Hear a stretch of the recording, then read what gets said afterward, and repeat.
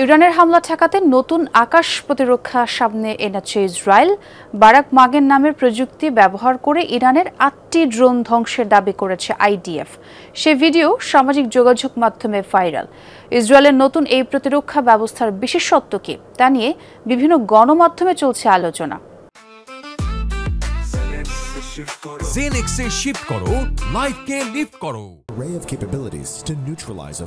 ইসরায়েলের যুদ্ধজাহাজের উপর দিয়ে উঠছে ইরানের ড্রোন, যা নিমেষেই নিখুঁত নিশানায় ধ্বংস করে ইসরায়েল। তবে প্রচলিত কোনো প্রতিরক্ষা ব্যবস্থা নয়।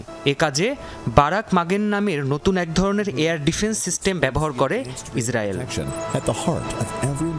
আইডিএফ এর তথ্য বলছে, নতুন এই প্রতিরক্ষা ব্যবস্থা সংযুক্ত করা হয়েছে ইসরায়েলের বেশ কয়েকটি মিসাইল করভেট যুদ্ধজাহাজে, যার সাহায্যে ইতোমধ্যেই ইরানের ছোড়া ৮টি ড্রোন ধ্বংসের দাবি করেছে দেশটির সেনাবাহিনী। ঠিক কী কারণে বিশেষ ইসরায়েলের নতুন প্রতিরক্ষা ব্যবস্থা?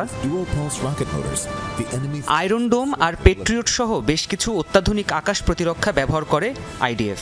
এসব সিস্টেমে মূলত বড় পরিসরের মিসাইল হামলা প্রতিরোধ করে দেশটি। ড্রোনের মতো অপেক্ষাকৃত ক্ষুদ্র টার্গেট শনাক্ত করতে পারে না এর রাডার।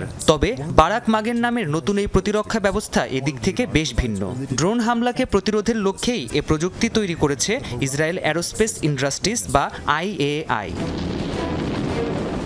বারাক মাগেন সিস্টেমে রয়েছে বিশেষ রাডার। নিচ দিয়ে উড়ে যাওয়া ছোট বিমান বা ড্রোন শনাক্ত করতে পারে এটি।